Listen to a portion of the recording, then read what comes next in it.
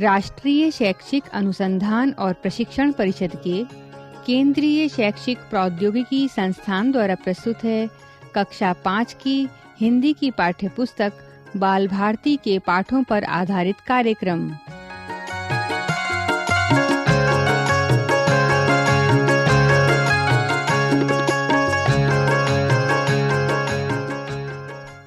हमारा संकल्प।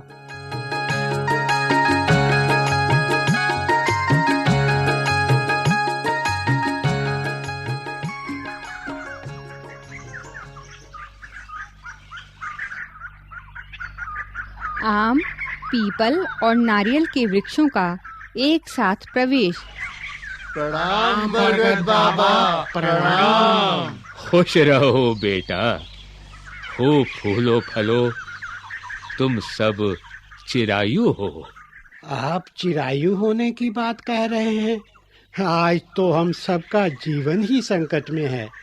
आप जानते हैं कि वृक्ष कितनी तेजी से काटे जा रहे हैं।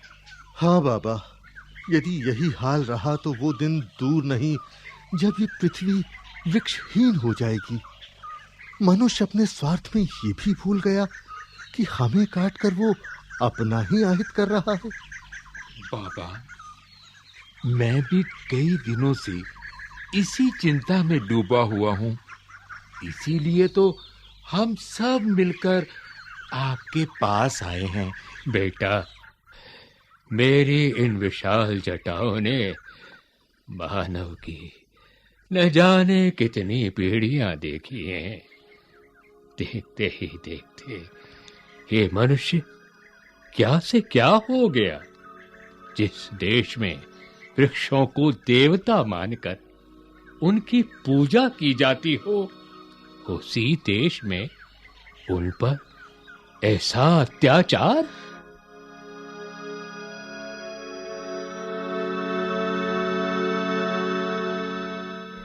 लेकिन बाबा, मुझे तो आश्चर्य इस बात का है कि हम वृक्ष इनके लिए इतने उपयोगी हैं, फिर भी ये हमें काटने में जरा भी नहीं झिझकते, जरा भी नहीं सोचते कि हम ही इनके जीवन रक्षक हैं, हम ही इनके आश्रय दाता हैं।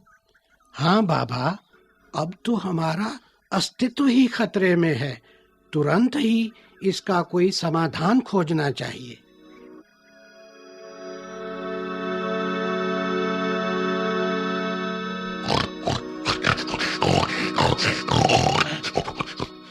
बरगद बाबा, हमें रहने का स्थान दो। क्या हुआ बेटा, तुम इतने घबराए हुए क्यों हो? बाबा, वनों में मनुष्य द्वारा पेड़ काटे जा रहे हैं। हम पशु पक्षियों पर बड़ा संकट आ पड़ा है। सभी चिंतित हैं कि यदि वृक्ष नहीं रहे तो हम क्या खाएंगे, कहाँ रहेंगे?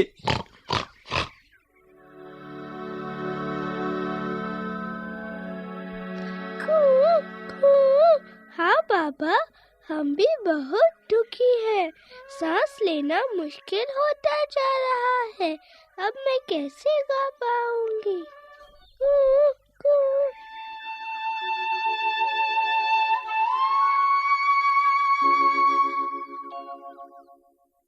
बाबा, देखा आपने, मनुष्य के स्वार्थ ने सारे प्राणी जगत में त्राही त्राही मचा दी है। हाँ, मनुष्य स्वार्थ में अंधा हो गया है। मेरे बच्चों, थोड़ा धैर्य रखो।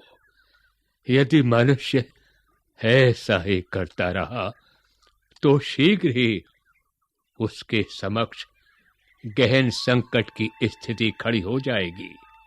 तब वो स्वयं वृक्षों के महत्व को समझेगा। बात तो ठीक है। बात तो ठीक है।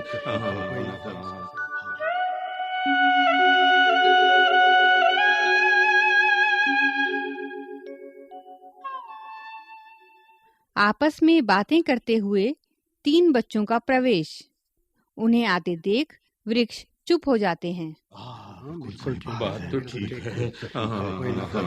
हाँ, सोचने वाली बात है, सोचने वाली बात है, ठीक है। उफ, कितनी गर्मी है।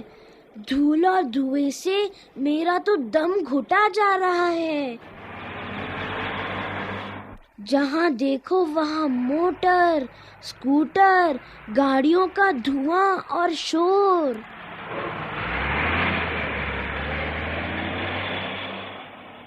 आओ भैया, इस बरगद के नीचे बैठें। कितनी ठंडक है इसकी छांव में। सचमुच अब जाकर शांति मिली।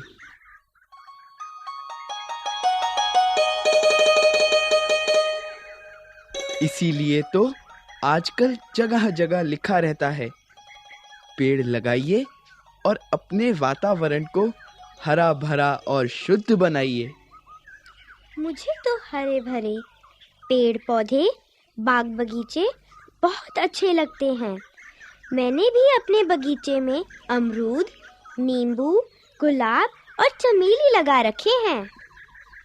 हमारे घर के आसपास भी सड़क के किनारे आम, नीम, पीपल के पेड़ लगे हुए हैं। मेरे दादाजी तो नीम की ही दातुन करते हैं। वे कहते हैं कि नीम का वृक्ष बड़ा गुणकारी है। हमारे मोहल्ले में बरसों पुराना नीम का एक पेड़ था, लेकिन अभी कुछ दिन पूर्व जब मैं मामा के घर से लौटा तो देखा वह कटा पड़ा है। मुझे बहुत दुख हुआ।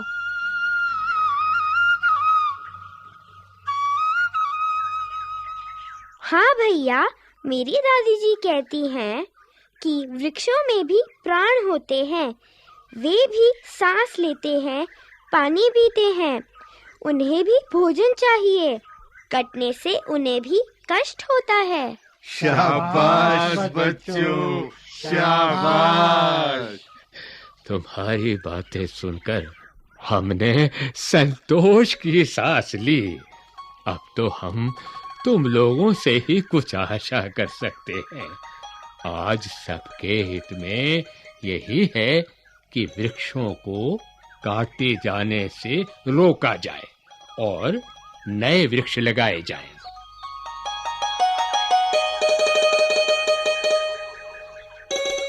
जरा सोचो बच्चों, हम वृक्ष मनुष्य जाति के लिए अपने अंगों का सहर्ष दान करते हैं और उसने हमें ही काटना शुरू कर दिया। हम पर क्या गुजरती होगी। आप चिंता न करें। हम सब बच्चे मिलकर ये संकल्प करते हैं कि ये संदेश जन जन तक पहुंचाएंगे। अब तो ये कानून बन गया है कि हरे वृक्षों को काटना अपराध है। हम ये भी प्रण करते हैं कि वृक्षों का संरक्षण करेंगे और नए पेड़ पौधे भी लगाएंगे। जंगल तो जंगल, घर आंगन में भी पेड़ पौधे लगाकर अपने आसपास के वातावरण को हरा भरा रखेंगे। आओ मिलकर वृक्ष लगाएं, धरती पर हरियाली लाएं, वातावरण शुद्ध बनाकर जीवन में खुशहाली लाएं।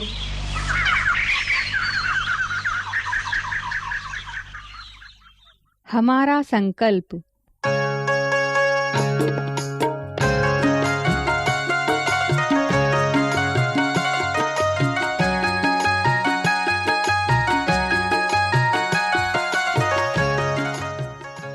अभी आप सुन रहे थे ये कार्यक्रम।